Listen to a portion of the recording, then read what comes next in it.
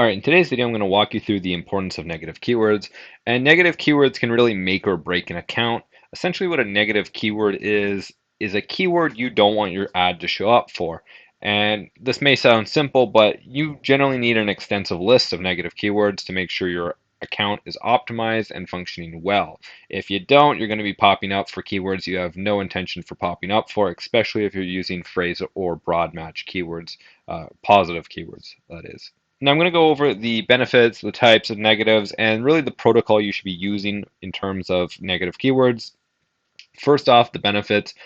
It really reduces wasted ad spend, and there are so many campaigns I see that use either broad match or phrase match, and when you use these types of keywords, you're popping up for a lot of variations.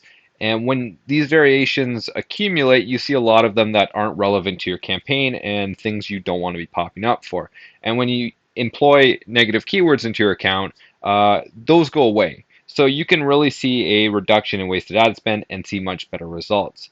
That being said, another thing is it allows for higher quality leads. So if you use broad match, you could be literally popping up for anything related to your certain keyword. So say you type in HVAC as a keyword you want to target, you could be popping up for HVAC DIY, HVAC tips and tricks, all these keywords you really don't want to pop up for. And the people calling from these specific keywords are going to be really low quality, or they're not even going to convert at all. So it really allows for a higher quality lead and make sure your ad is um, being seen by people you want to show it to, instead of people that are just kind of looking around. They don't really want your product. You really want to go after people who are looking for your specific service and they have a problem right now that you can solve.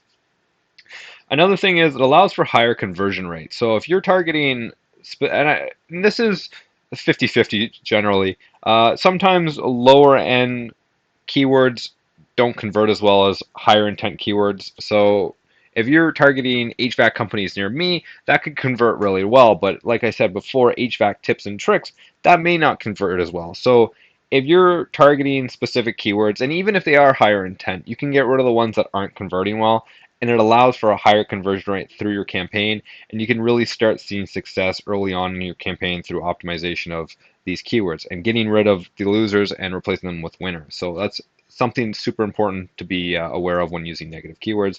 They can boost your conversion rate quite substantially.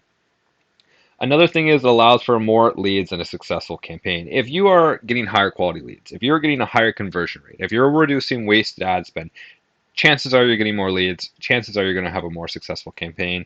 And this is really all due to the proper use of negative keywords, using them where they should be used, getting rid of the low intent keywords, and getting rid of even some of the high intent keywords too that just for whatever reason aren't converting. Sometimes we think a keyword is tremendous. We think maybe furnace repair near me is a great keyword for HVAC companies, but it just doesn't convert. So you got to get rid of it. And it allows for a higher conversion rate, it allows for more leads, and it allows for a more successful campaign if you implement them correctly.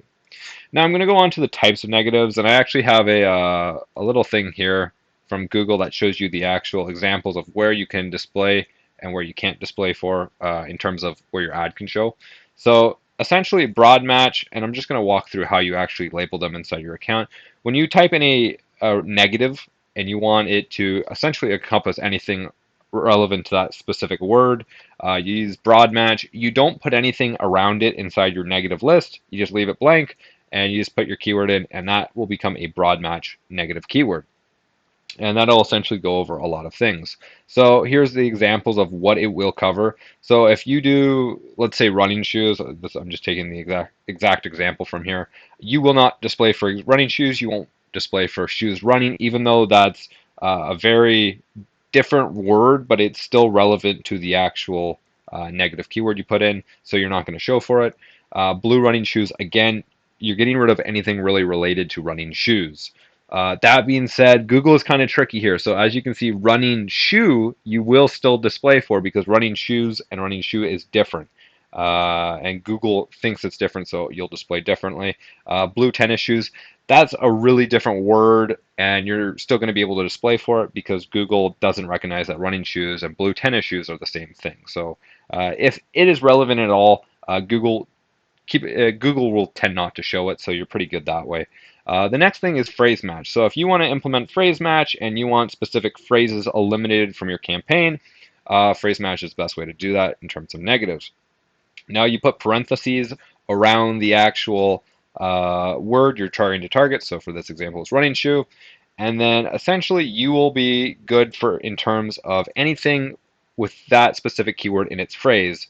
That being said, any slight alteration in that word, then you're still available to appear for. So be very cautious when using phrase match negatives and be specific on what you want to eliminate.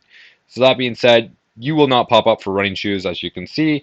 You will not pop up for blue running shoes, red running shoes, fast running shoes, comfy running shoes, anything like that that contains that actual word in the phrase, you will not pop up for. But that being said, shoes running, you will pop up for. Running shoe, you will pop up for. This is because that exact word is not in the phrase. Therefore, you're still liable to show up. So keep that in mind. The next thing is exact match. So if you want one particular keyword to not show up at all, exact match is the way to go. And this really only gets rid of one keyword you could pop up for it. So it's very, very precise. And I generally don't use exact match all that much. I use generally phrase match. But that being said, there are circumstances like if, say, for example, pool installation where you have a certain specification for a pool, like pool's 10 by 20 or something, we would get rid of that exact match. We wouldn't put it under phrase match. We would just get rid of that specific keyword. And essentially, like I said, the only word you're going to get rid of is running shoes. Everything else you're still good to pop up for. It only gets rid of that one. So keep that in mind when using exact match in terms of negatives. Now for the protocol. When optimizing the account, you want to be adding negatives at least once a week to optimize your campaign. If you're doing it any more than that, chances are you're not going to be accurately adding them into the account. Any less than that, and you're really going to be wasting ad spend because you could have done it earlier and seen more results. Uh, Once a week is generally our recommendation. And again, it depends on how much traffic is coming to the account. If you have, just crap tons of traffic coming in, you can add more negatives quickly because you have more data, right? But if you're spending anywhere between $1,000 and $3,000 a month in Google Ads, chances are once a week's good for optimization for negatives. So hopefully that covers the importance of negatives.